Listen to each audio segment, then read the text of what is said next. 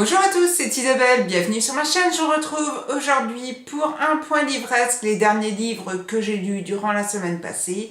On commence par Alex Michaelides avec son livre Dans son silence.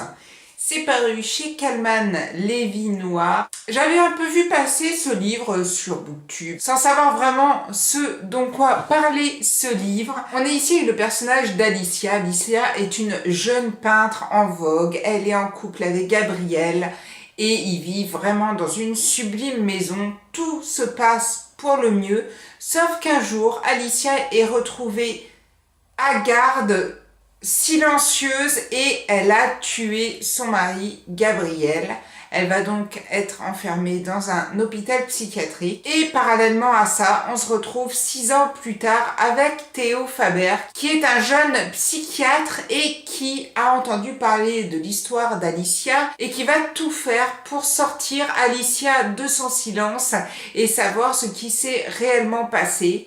Et on va donc être entre ces deux histoires, l'histoire d'Alicia avant qu'elle tue son mari et au moment où elle l'a fait, et l'histoire de Théo justement quand il rencontre Alicia en hôpital psy et quand il essaye de faire ressurgir ce qui s'est passé cette soirée-là.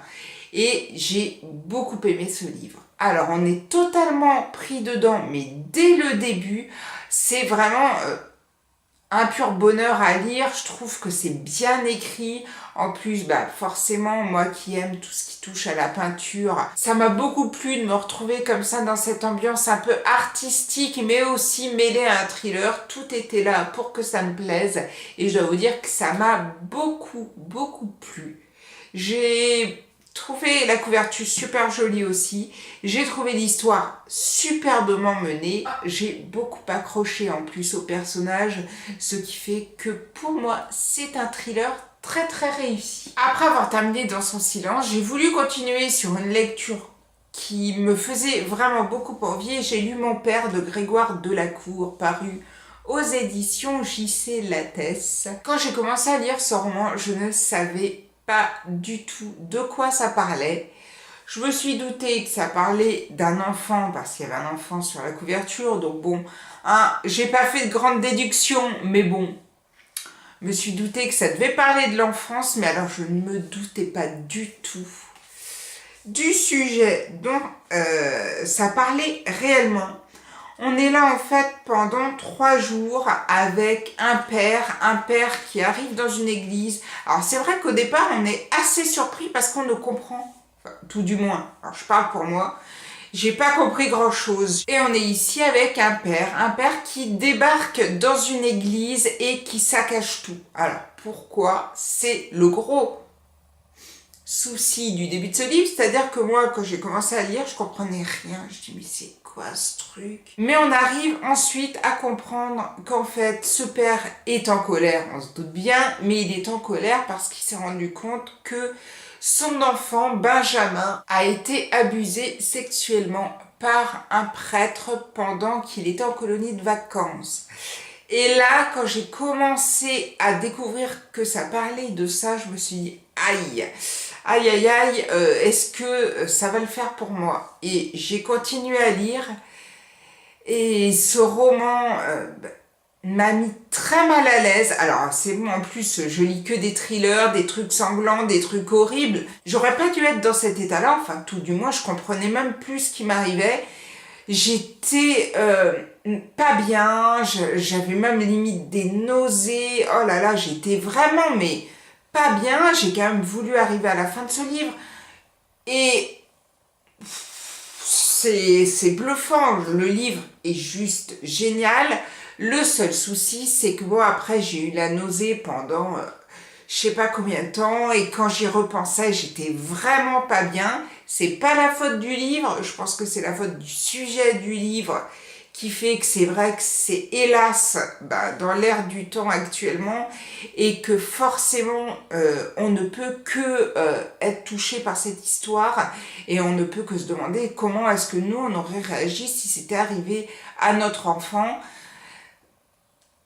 Vraiment, je ne peux rien dire à ce livre sauf qu'il est vraiment hyper dérangeant. Moi, ça m'a totalement bouleversée, ça m'a choquée et en plus, il retient pas forcément non plus ses mots à certains moments, ce qui fait que on ne peut que je pense avoir la nausée ou n'être pas bien en ayant lu ce livre. Je suis désolée si je parle encore du nez, mais c'est horrible, je sais pas, cette année, j'ai du mal à m'en sortir, je suis tout le temps malade, je sais pas pour vous, mais moi c'est terrible. Forcément, après avoir pris la nausée avec Grégoire Delaycourt, j'ai eu envie d'autre chose. Je me sentais pas de relire un thriller. C'était pas possible. Je ne voulais pas lire non plus de roman sentimental parce que c'est pas le genre de lecture que j'aime. Donc déjà, j'étais pas bien. Donc si en plus fallait que je me lance dans un roman sentimental, vous doutez bien que c'était pas non plus ce qu'il me fallait. Et j'ai pioché parce que, voilà, parce qu'il m'attendait depuis très longtemps et que je me suis dit c'était peut-être le moment de le sortir. J'ai décidé de sortir le livre de Pete from Indian Creek qui est paru aux éditions Gallmeister. Et je me doutais que c'était peut-être le moment enfin de le sortir. Ce roman me faisait un petit peu peur. On est ici avec Pete From. Pete From est au lycée. Et un jour, alors qu'il est à la piscine, il y a une fille qui vient lui parler, puis elle lui raconte que elle avait trouvé un job pendant 7 mois en solitaire, en pleine montagne rocheuse, un petit job où elle se retrouvait un petit peu coupée du monde. Elle devait y aller avec une amie pour surveiller des œufs de saumon. Et elle se désiste et là Pete From se dit mais moi ça me plairait carrément d'aller surveiller des œufs de saumon en pleine nature, les grands espaces. Et voilà le sujet de ce livre. Donc Pete From s'en va dans les Rocheuses surveiller ses œufs de saumon. Il est seul, livré à lui-même et on se retrouve donc dans la vie de Pete From. Alors c'est vrai que ce roman me tentait beaucoup. Et oui, pendant 200 pages, il va surveiller des œufs de saumon, mais il va aussi faire autre chose. Il va découvrir la nature, il va chasser, il va prendre aussi du temps pour se recentrer, pour voir vraiment où il en est de sa vie, qu'est-ce qu'il a envie d'en faire. Et je dois vous dire que j'ai beaucoup aimé. Au final, je pensais pas aimer autant, parce que je me suis dit, bon alors moi je suis anti-chasse, donc je déteste ça. Dès que je vois un chasseur, ça m'horripile à un point. Et en même temps, là, Pete From, il est un peu livré à lui-même, il est obligé de survivre. Donc il chasse et il se démerde un peu comme il peut. Et moi, j'ai beaucoup aimé l'écriture et j'ai beaucoup aimé la façon dont il raconte. C'est vrai que c'est une sorte d'apprentissage de la vie, mais c'est écrit avec beaucoup d'humour, je trouve. J'ai vraiment passé un bon moment avec lui dans les Rocheuses. Ça m'a fait un bol d'air pur, parce que après le livre, forcément de Grégoire Delaycourt, où j'ai pas été bien pendant un petit moment, celui-ci m'a redonné un petit peu de baume au cœur, redonné un petit peu de joie de vivre et de goût à la vie. Et du coup, c'est vrai que ça m'a énormément plu. Alors, je le conseillerais pas à tout le monde, parce que c'est vrai que c'est pas non plus un livre où il se passe des trucs de ouf, mais quand on a besoin d'un livre comme ça, qui oxygène, qui fait voir autre chose, je ne peux que vous conseiller à découvrir celui-ci. Je m'étais mis un petit post-it parce que je m'étais dit, tiens, je leur lirai bien un petit exemple. Vous comprendrez tout de suite le style d'écriture de Pete From. Je fonçais en traversant la glace fragile d'Indian Creek, redoutant à moitié de passer au travers, mais riant du danger, défiant le monde entier de m'attraper. Lorsque j'émergeais du bois et pénétrais comme un bolide dans ma prairie, où le soleil réchauffait la glace depuis des heures, mes pieds s'enfoncèrent dans la croûte de neige et je m'étalais sur le sol, projetant ma canne loin devant moi.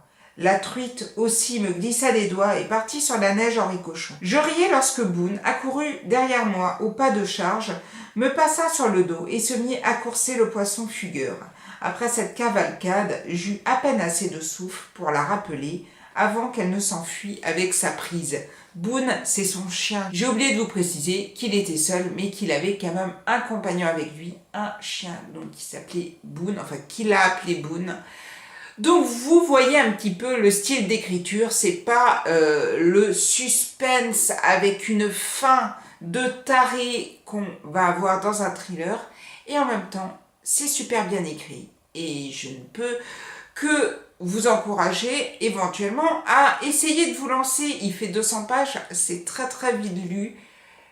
Voilà, moi c'est ma came, c'est ce que j'aime lire de temps en temps parce que ça me fait du bien. Donc si vous voulez vous tenter un Pete From, eh ben n'hésitez pas. Je ne peux que vous encourager en tout cas à le faire. Et j'en ai fini, et oui, déjà avec les 3 livres que j'ai lus durant la dernière semaine. De belles lectures, c'est vrai, 3 bons livres. Je ne vais pas dénigrer le livre de Grégoire Delacour, c'est juste que moi le sujet, ça m'a fait mal et ça m'a mis très très mal à l'aise, même si oui, c'est la réalité et que c'est horrible. Mais voilà, 3 livres très différents les uns des autres et une très belle semaine de lecture.